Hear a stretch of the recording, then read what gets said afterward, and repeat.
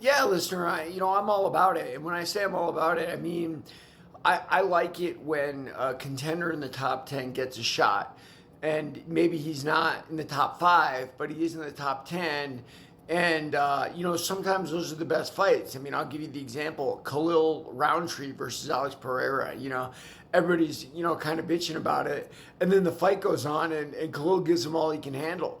And I think we saw it recently with Moicano versus, oh gosh, sorry there, Makaev. And the problem with that fight is obviously Moicano went down pretty easily. What people tend to expect out of things like that is Magdalena going to go down as easily as Moicano went down against Makaev. I don't know. I mean, we'll see. I mean, every fight is fight to fight. I've said this before. Anybody who's world class, two arms, two legs, you get in there, you got a shot. You don't necessarily have to be world class and you got a shot. So anybody who knows fighting understands that. Now, usually does it work out? No, it usually doesn't work out. And Bilal Muhammad is an animal.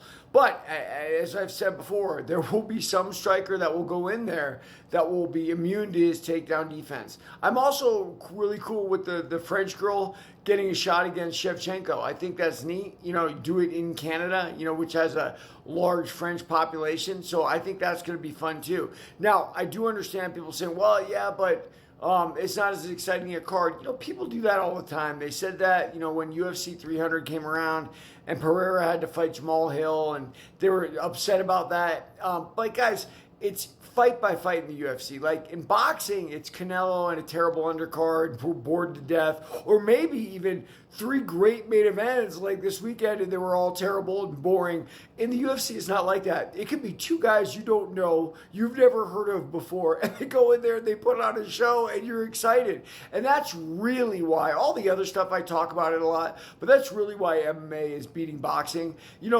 Never do you find a 6-round boxing bout between two guys that you go, oh my God, I really loved that bout. That was great. That's 1920s in boxing, right? Like when neighborhoods and ethnic rivalries are really big and people put on a show and they gutted out, fights. And every week there was like a Ward Gotti type fight. It's not like that. But in MMA, guess what? There is. There very much is. I see guys in there I don't know all the time doing incredible techniques, putting on incredible displays of heart. But either way, this weekend I'm cool with. I want to see Bilal after he beat up Leon. I want to see what he can do against Magdalena.